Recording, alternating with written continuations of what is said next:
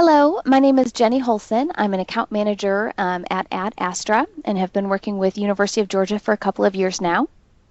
Today I've been asked to cover some of the changes that have occurred inside of the calendars inside of the new release called 7.5.15.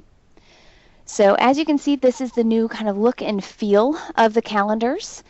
In order to get to this screen, I clicked on this calendar tab and then had clicked on calendar. So that's how you can get here inside of the new release.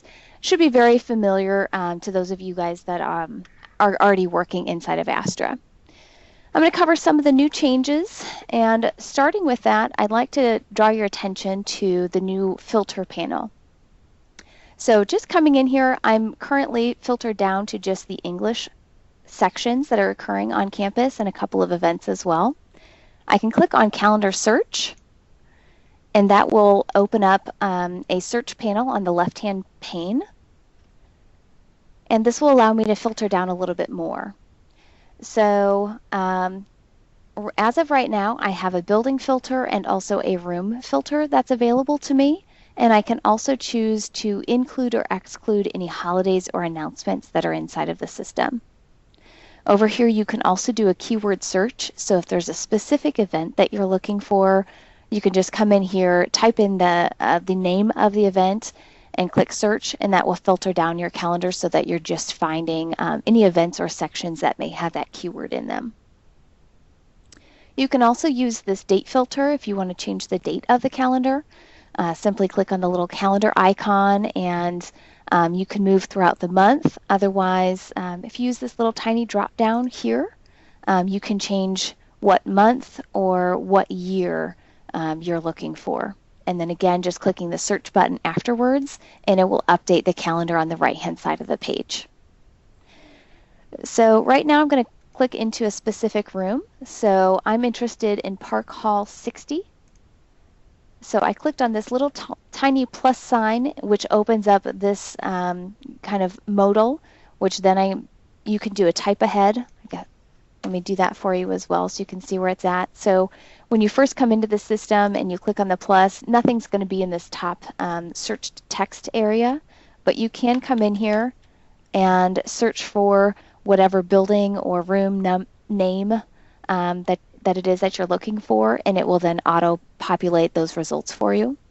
So right now I just have Park Hall 60 checked, and then I'm going to click search, and that will update my screen on the right-hand side. I'm going to go back into here. So we'll say that Park Hall 60 is a room that maybe I manage or I look at often in my day.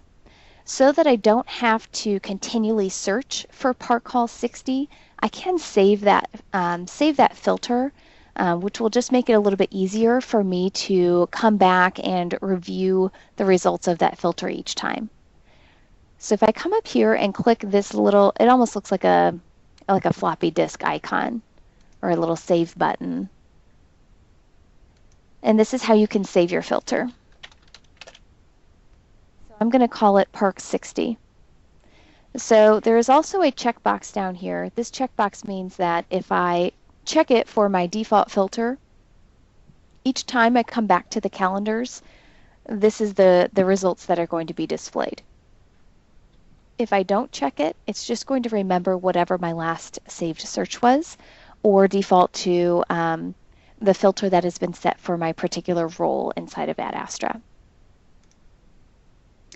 So as you can see, I have a couple of saved filters here. What's nice about these saved filters is that you can really just click and basically toggle back and forth between those couple of filters so that you can see the data that you're interested in. So if I want to go back to my other one, click calendar search, click on the drop down, and then I can go back to Park 60 if that's what I'm looking for. So it just makes it a little bit easier and provides fewer clicks than if I had to go in here and actually redo the search completely. Okay.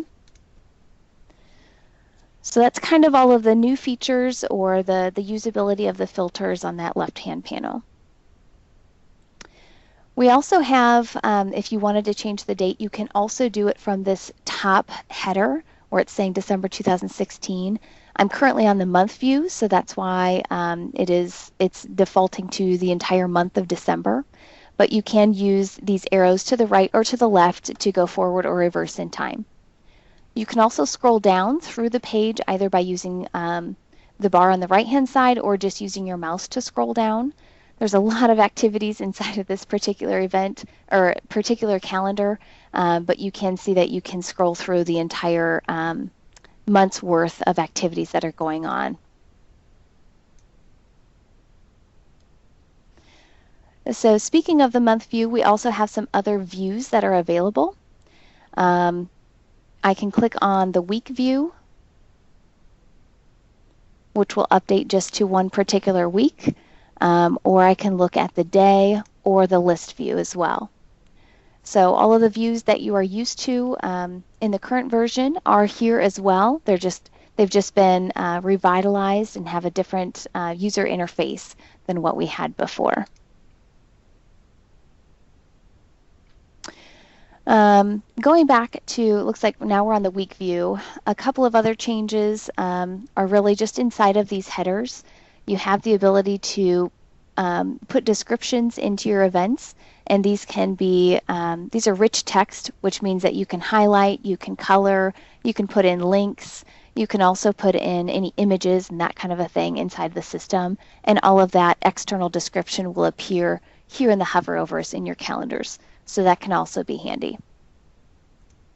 And lastly, I wanted to draw your attention to this tiny orange button kind of in the upper right-hand corner. It says subscribe to this calendar. If I click on this, it's asking for some basic information. But what this will do for you is it will email you anytime that new activities would be added to this particular calendar.